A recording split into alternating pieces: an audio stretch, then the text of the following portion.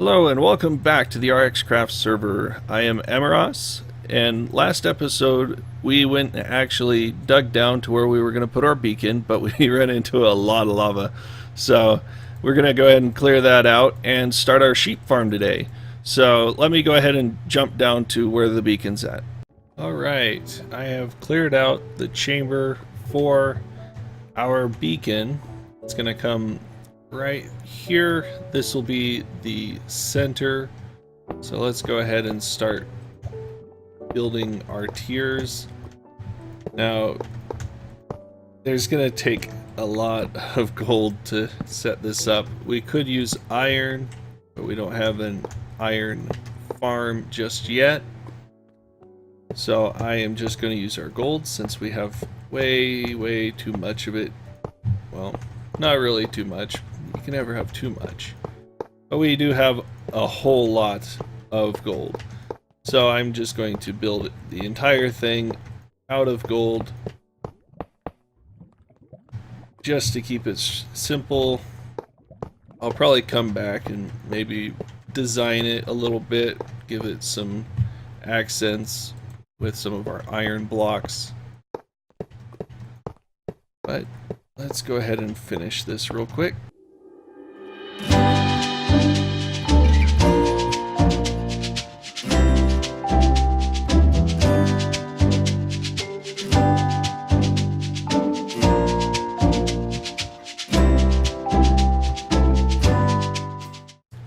And we have run out of gold.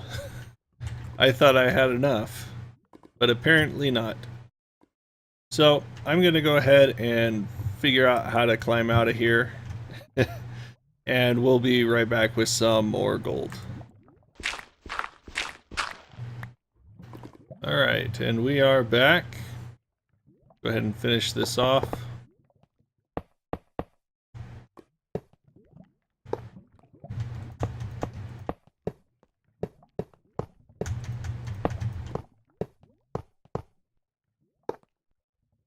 And there we go.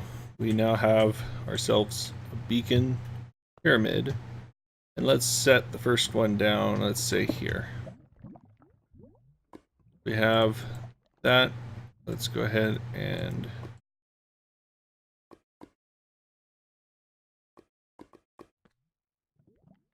looks like we need to clear a spot up to the sky,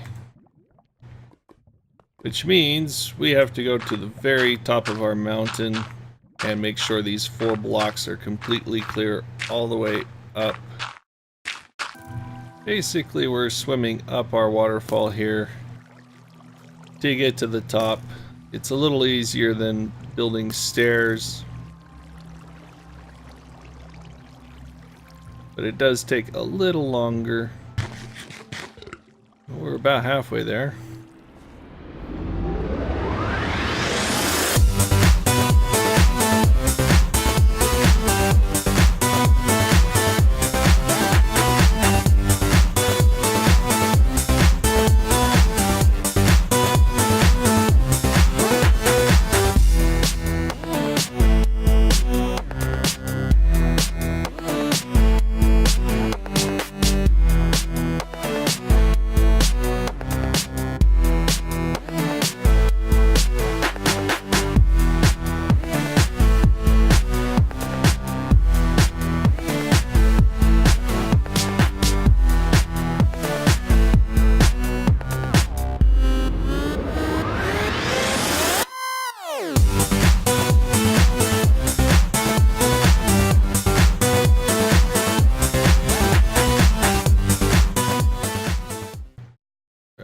Looks like we found our culprit.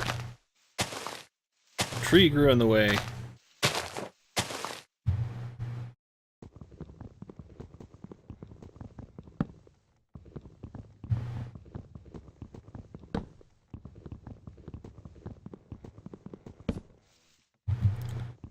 That should stop it.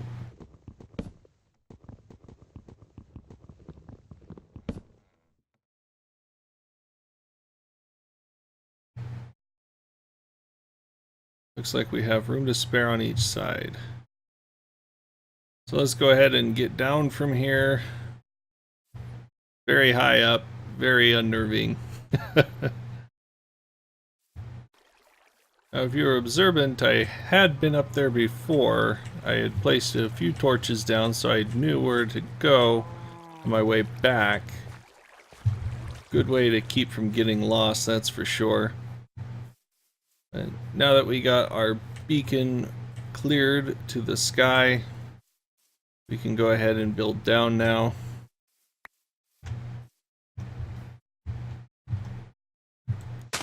So let's go give it a setting.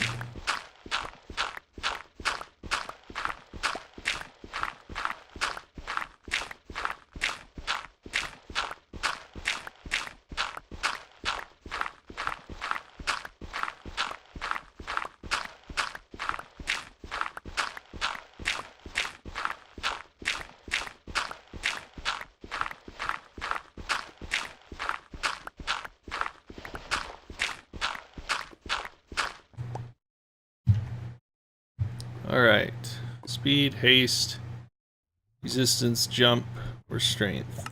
Let's try haste.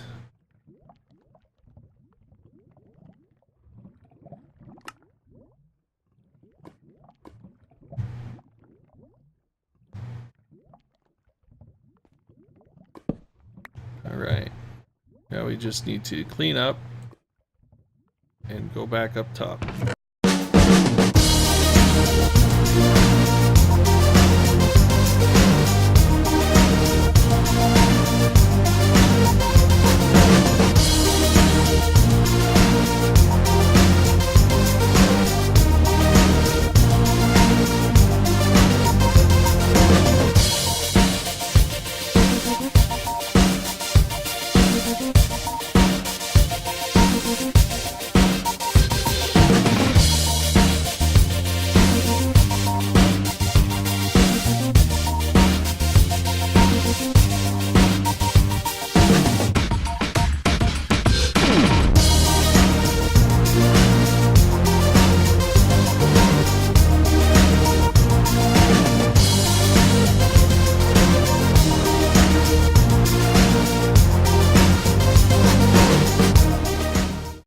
And there we have it. We have our first beacon. Let's go take a peek. There we have it. Our cathedral has its first beacon. I think it'll reach all the way over to here. But there we go. We are good to go. So this is why I have a haste buff. So we can just kind of dig into here pretty quick. I need a haste buff on my pick as well, just to speed things up, but it's also why we have TNT. Haha. This will be my first use of it. Run! Haha. So, we definitely, well, sorry about the weather, but, oh yeah, looks like it's a 1, 2, 3, 4, so 4, almost 5 by 4 area, definitely a 4 by 4, that's for sure. That's gonna take a lot of TNT, and I don't have that much gunpowder. So, I think I found a pretty nice spot for our next build, our wool farm. As you can see as well, I did put the other side to our sugarcane farm, and I changed it up a little. Rather than going up and refilling that engine, I actually just converted this to a water stream sugarcane farm with the obsidian pipe to feed into the box. It just uses less coal. I don't have to worry about coming over and maintaining it, and we'll get a little less sugar cane, but with this other side added, we'll probably end up with about the same amount. As you saw, a few of them do get stuck on the sand, which is the downside of not having an obsidian pipe to suck them in.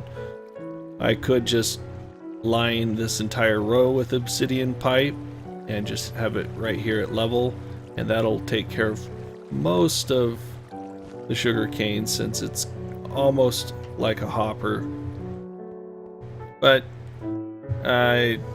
yeah, I'm not that concerned. I could probably redstone engine it too and get a little bit better distance, but either way, we're gonna put our wool farm right here, and it's gonna be not quite this wide. I'm going for about 3 spaces on each side of open area so we can kind of get around it, and it's going to be about 14 blocks tall. I went a little higher than that so I could get some headroom up here, but I found the outside of our mountain on both sides. However, as you can see from that little black square, I actually put that quite clear glass around this entire area here, so we get a very clear, clean view of outside, but without the dangers of having a skeleton shooting at us. Same goes on this side. We're right up against the glass here, and I just put a torch out there to light up that little spot. But you can see we got a nice view of our mountainside and the village down below. I'm thinking I might actually make a waterfall or some kind of water stream down this way. Our bat cave comes out over here actually. There's a waterfall just behind the bend here, and there's actually a cave that comes out of it. But I'm thinking I might end up making a hallway that goes and arcs over into this mountain, and we can put some extra stuff there. Not sure yet. We'll probably have to take it over because of how large some of our farms might end up being, such as this one. You can see kind of the amount of space I'm going to have to clear out. So we get another bit of time-lapse music. Ready?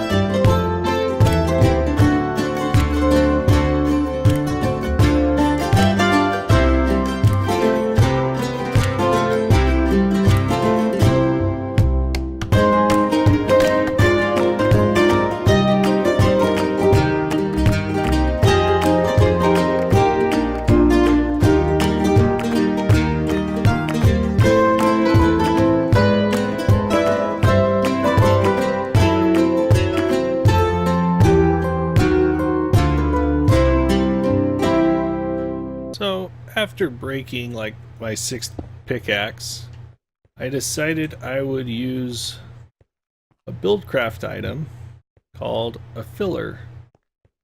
And what I've done is I've stuck landmarks in each of the 4 corners here, and then stuck one up top for a height. And what we do is come down here and place our filler like so, and it'll outline our area with yellow and see the marks, at which point we go and collect our landmarks, just like with the quarry.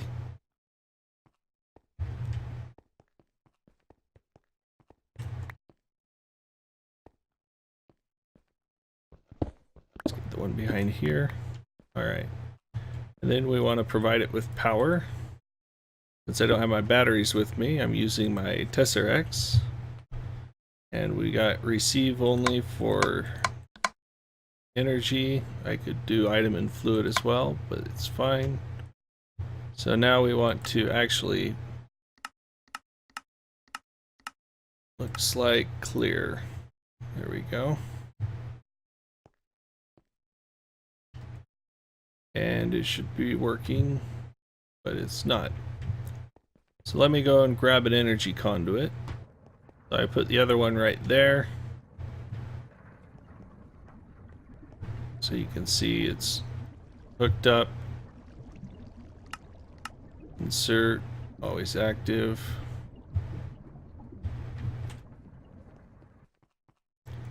So let's pop this off. Energy cell or conduit, and then we pop the tesseract. There we go.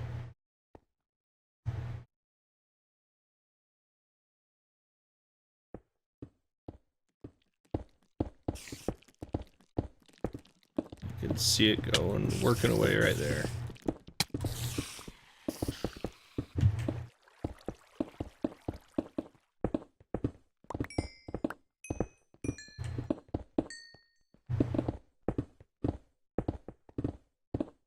The more power it has, the faster it works.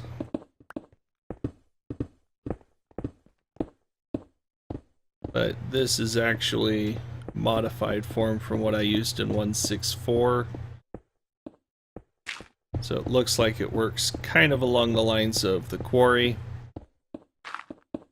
where it does bit by bit, but it looks like it does two, maybe three at a time, rather than being instantaneous for the most part like it was in 1.6.4. So we're going to go ahead and watch this until it finishes.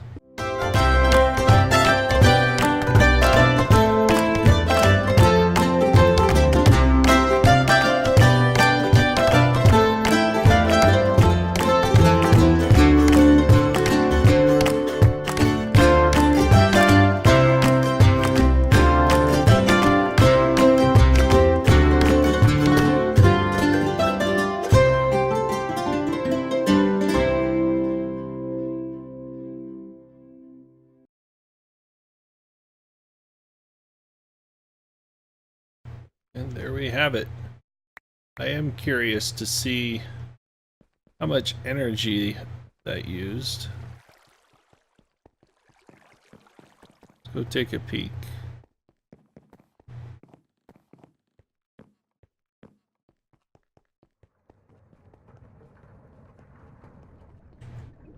Oh, not too bad at all. A lot less than the quarry uses, that's for sure. So now that we got that all fixed, we're going to start our construction next. Come on, come this way. Come on. Well, I think I have a fair portion of the resources gathered that we need. I have started breeding sheep and color coding them. Basically just took a pair of sheep, dyed their wool, and then bred them a couple more times so that we now have 4 of each, except for one of the pink ones got out apparently. I'll have to find that one. We got a few more up here in my temporary stable. As you can see, I don't have a whole lot of space here, but we're working on it. But check this out. This is a mammoth room. And no, this is actually glass. It is not open to the air. But I thought it would look pretty cool to just have this large open glass area so we could see outside during the day and night.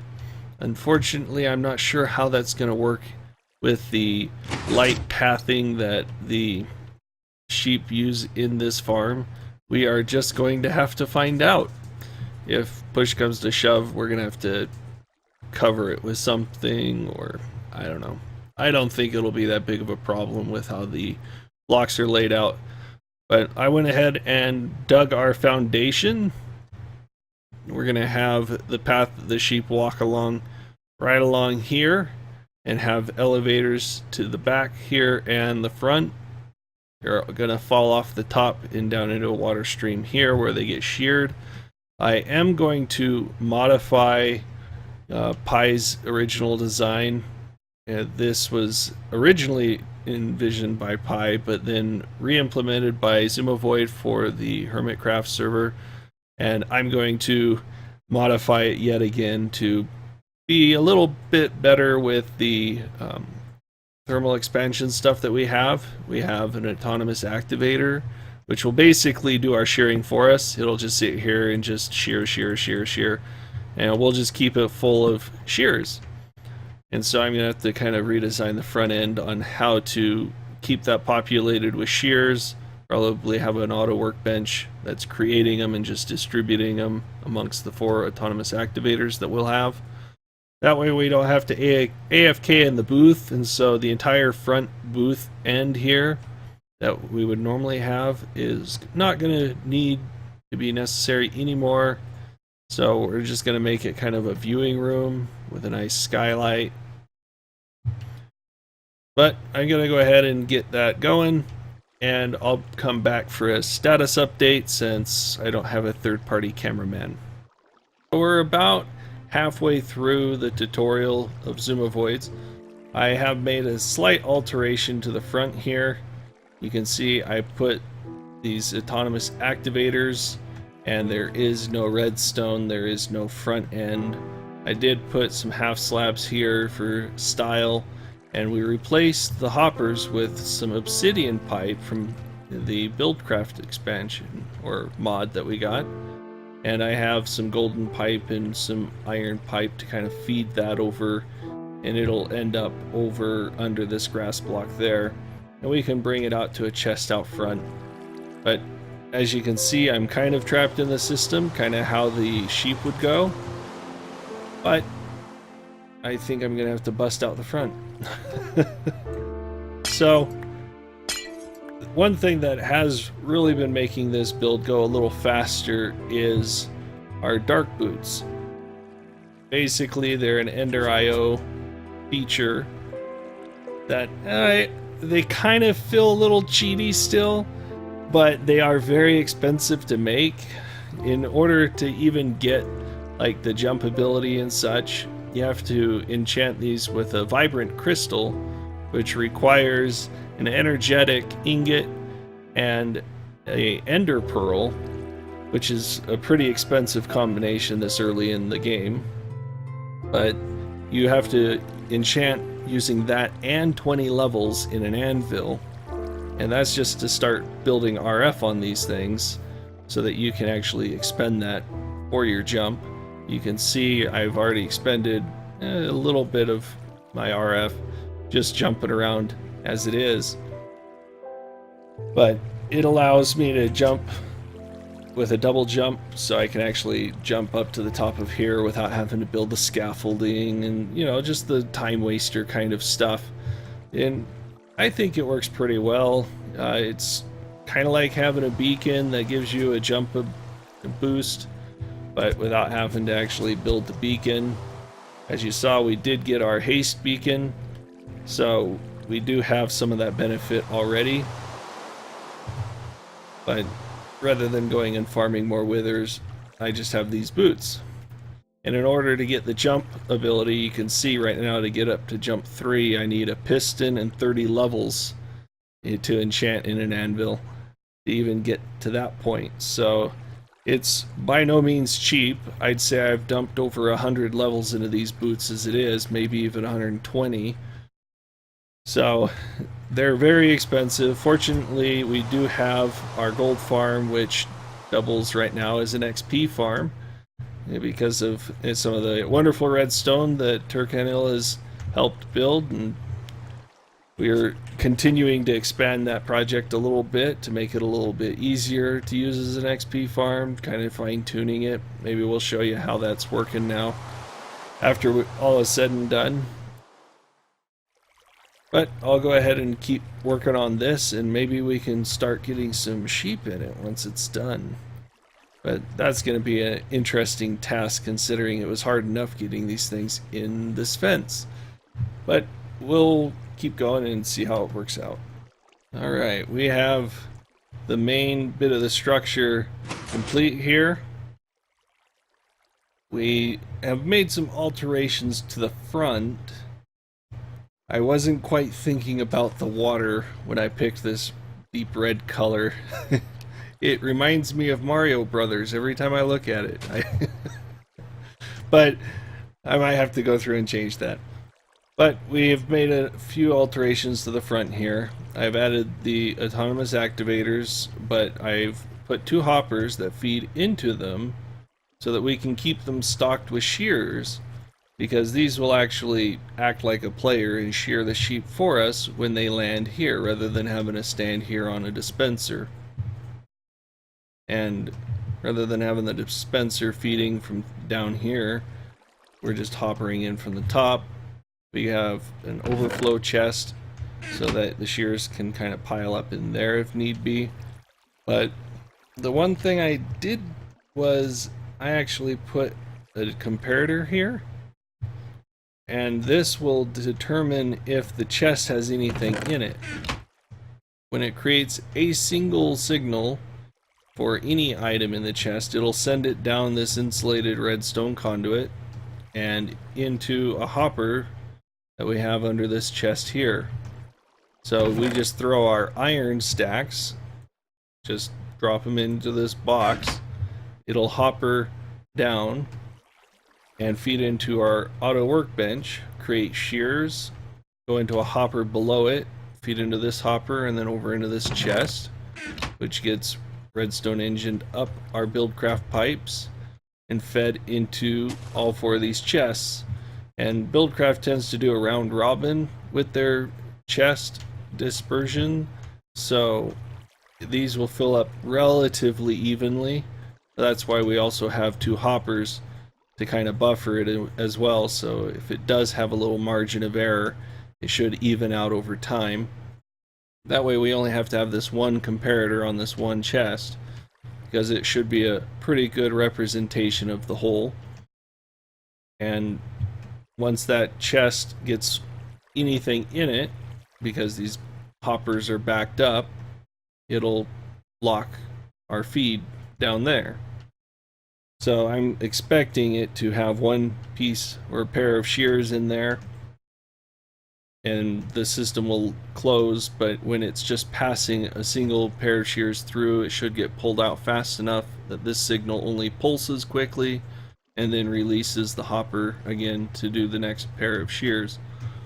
So it won't be until there's a permanent pair of shears in there that this no longer creates more. That way we're kind of conservative on our iron use, but not completely conservative on our reserves for these. Now, of course, this is going to create a whole lot of wool, and so we do want to turn it off when we have too much, and so this shuts them off. Basically, it just sends a signal down to a piece of redstone underneath of it and turns it on, sends through these blocks which have a redstone torch which powers this block, which turns off the activator because it requires a high redstone signal. So these torches are on when the lever's off and allows us to control our shearing. But other than that, it's pretty vanilla what Zumavoid had, and if you're playing in vanilla, you'll probably want to follow his a little more closely than mine. But hey, that's why we have Buildcraft mod, is so we can do really fancy stuff like this and make it so even though it is still an AFK farm, we can do all the lanes at once and not have to actually be in the machine to have it operate. We could be idling way over here by any of our other autonomous farms as well, so that they can all be running and doing their thing rather than us having to pick and choose what machine we want to sit in. So that's what we got. I'm gonna go ahead and see if I can't stuff these sheep into it. It really doesn't matter what channel they go in, but you know, I'll probably just kind of keep colors together, maybe the bright ones and the dark ones and so forth. And we've pretty much almost got our sheep out here too. We got our white ones, of course, blues, purples, and magentas, and pinks. So I'll get those loaded in, and we'll see her in action. Unfortunately, we have already run overtime for this episode, so we're going to have to cut it short, and we'll do the sheep next time. So be sure to tune in and see how all of that work actually turns out. We do have a little bit of the item storage for those wool to work out next time as well, so stay tuned for that. But we will find another project as well. So if you have liked this episode, go ahead and hit the like button. Be sure to subscribe so you can know when the next one comes out, and we'll see you next time.